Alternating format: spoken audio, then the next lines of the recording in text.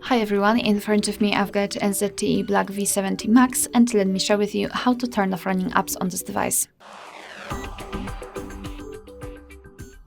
So let's begin with opening the recents, and depending on what kind of navigation type you've got set, you can do it differently. If you've got the 3 buttons navigation, simply tap on the button with a square icon or 3 bars icon, and if you've got the gestures, swipe your finger from the bottom to the center of your device and hold your finger somewhere here, something like that. After releasing here, you've got the resets.